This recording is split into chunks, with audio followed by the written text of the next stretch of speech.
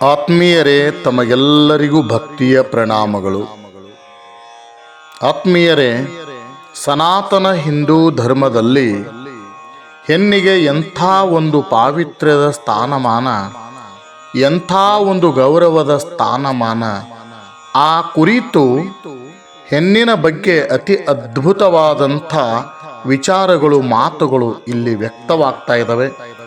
ತಾವುಗಳೆಲ್ಲ ಆಸಕ್ತಿಯಿಂದ ತಾವುಗಳು ಕೇಳಬೇಕಾಗಿ ವಿನಂತಿ.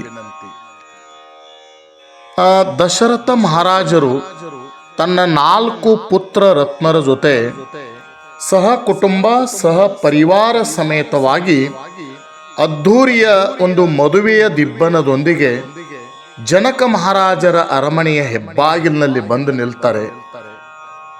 ಆಗ ಜನಕ ಮಹಾರಾಜರು ತನ್ನ ಪರಿವಾರದ ಜೊತೆ ಎದುರಿಗೆ ಬಂದಂಥ ರಘುರಾಮನ ಮದುವೆ ಮೆರವಣಿಗೆಗೆ ಸ್ವಾಗತವನ್ನ ಕೋರ್ತಾರೆ. ದಶರಥ ಮಹಾರಾಜ ತುಂಬಾ ವಿನಮ್ರದಿಂದ ಜನಕ ಮಹಾರಾಜರ ಹತ್ತಿರ ಹೋಗಿ ಅವರ ಪಾದಗಳಿಗೆ ನಮಸ್ಕಾರ ಮಾಡ್ತಾರೆ. ಆಗ ಗಲಿಬಿಲಿಗೊಂಡಂಥ ಜನಕ ಮಹಾರಾಜ ದಶರಥ ಮಹಾರಾಜರನ್ನ ಎಬ್ಬಿಸಿ ಅಪ್ಪಿಕೊಂಡು ಆಶ್ಚರ್ಯದಿಂದ, ಮಹಾರಾಜ, ನೀವು ದೊಡ್ಡವರು, ಮೇಲಾಗಿ ವರನ ಕಡೆಯವರು, ಹೀಗೆ ನನಗೆ ಪಾದಾಭಿವಂದನೆ ಮಾಡುವುದು ಸರಿಯಲ್ಲ. ಗಂಗೆಯು ಎಂದಾದರೂ ಹಿಂದಕ್ಕೆ ಹರಿಯುತ್ತಿರುವಳೇನು ಎಂಬ ಸಂಶಯ ಮೂಡ್ತಾ ಇದೆ ಅಂತಂದ್ರು.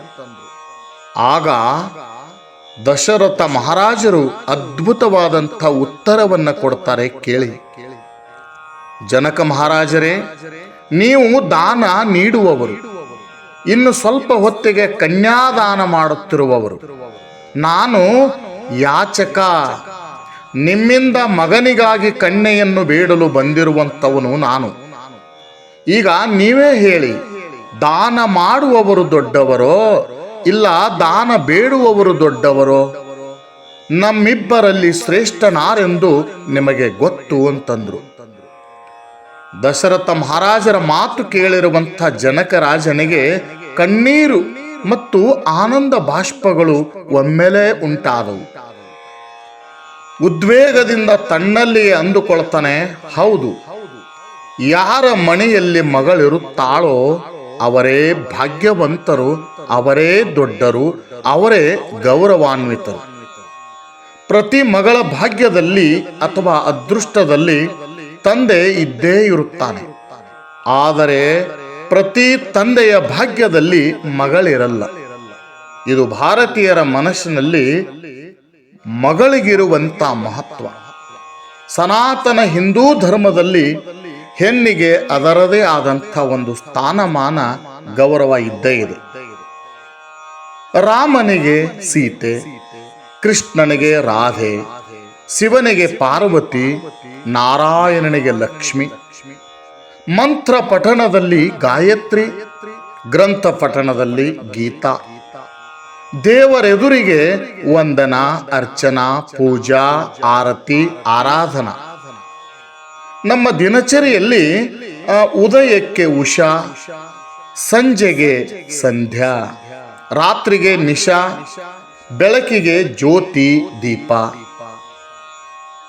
ಸೂರ್ಯ ಕಿರಣಕ್ಕೆ ರಶ್ಮಿ, ಚಂದಿರನಿಗೆ ಶಶಿಕಲಾ ಶಶಿ, ಹೆಸರಾಗುವುದಕ್ಕೆ ಕೀರ್ತಿ, ಕನಸಿಗೆ ಸ್ವಪ್ನ, ನೋಟಕ್ಕೆ ನಯನ, ಕೇಳುವುದಕ್ಕೆ ಶ್ರಾವ್ಯ, ಮಾತನಾಡುವುದಕ್ಕೆ ವಾಣಿ, ಭೂಮಿಗೆ ವಸುಧಾ ವಸುಂಧರ, ಭುವಿ ಭುವನೇಶ್ವರಿ, ಹಸುವಿಗೆ ನಂದಿನಿ, ಜಗತ್ತಿಗೆ ಜಗದೇಶ್ವರಿ ಜಗದಂಬ, ದೇಶಕ್ಕೆ ಭಾರತಿ, ಕನ್ನಡ ನಾಡಿಗೆ ಭುವನೇಶ್ವರಿ, ಋತುಗಳಿಗೆ ಚೈತ್ರ ವಸಂತ ಗ್ರೀಷ್ಮ, ಸಮರ್ಪಣೆಗೆ ಅರ್ಪಣಾ, ಆಹಾರಕ್ಕೆ ಅನ್ನಪೂರ್ಣ, ನಡೆಯುವುದಕ್ಕೆ ಹಂಸಗಮನ, ನಗುವಿಗೆ ಸುಹಾಸಿನಿ, ಚಲುವಿಕೆಗೆ ಚಲುವಿ ರೂಪ ಸೌಂದರ್ಯ, ಸುವಾಸನೆಗೆ ಚಂದನ ಪರಿಮಳ, ಒಳ್ಳೆಯ ನುಡಿಗೆ ಸುಭಾಷಿಣಿ, ತೇಜಸ್ಸಿಗೆ ತೇಜಸ್ವಿನಿ, ಚುಕ್ಕಿಗೆ ಬಿಂದು ನಕ್ಷತ್ರ, ಗೆರೆಗೆ ರೇಖಾ ಶಶಿರೇಖಾ, ಮುತ್ತಿಗೆ ಸ್ವಾತಿ, ಹರಳಿಗೆ ರತ್ನ, ಮಾದರಿಗೆ ಸ್ಫೂರ್ತಿ ಪ್ರೇರಣಾ, ಪ್ರತಿಕ್ರಿಯಿಸುವುದಕ್ಕೆ ಸ್ಪಂದನ,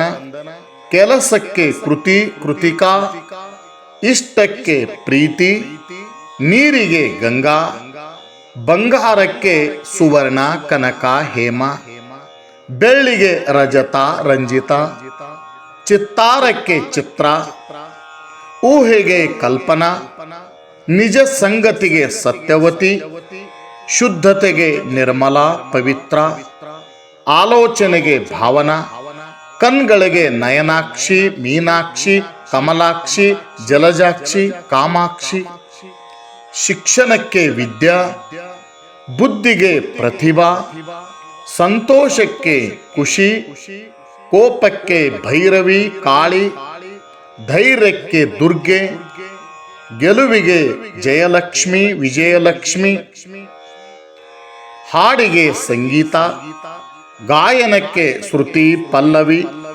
ನಾಟ್ಯಕ್ಕೆ ಮಯೂರಿ, ಸಾಹಿತ್ಯಕ್ಕೆ ಕವಿತಾ ಕಾವ್ಯ ಕವನ ಪಲ್ಲವಿ, ನಿಸರ್ಗಕ್ಕೆ ಪ್ರಕೃತಿ, ರಕ್ಷಣೆಗೆ ರಕ್ಷಾ ಸುರಕ್ಷಾ, ವಿದ್ಯಾಭ್ಯಾಸಕ್ಕೆ ವಿದ್ಯಾ, ಸಂಪಾದನೆಗೆ ಲಕ್ಷ್ಮಿ, ಸ್ಫೂರ್ತಿಗೆ ಪ್ರೇರಣಾ, ಮೌನಕ್ಕೆ ಶಾಂತಿ,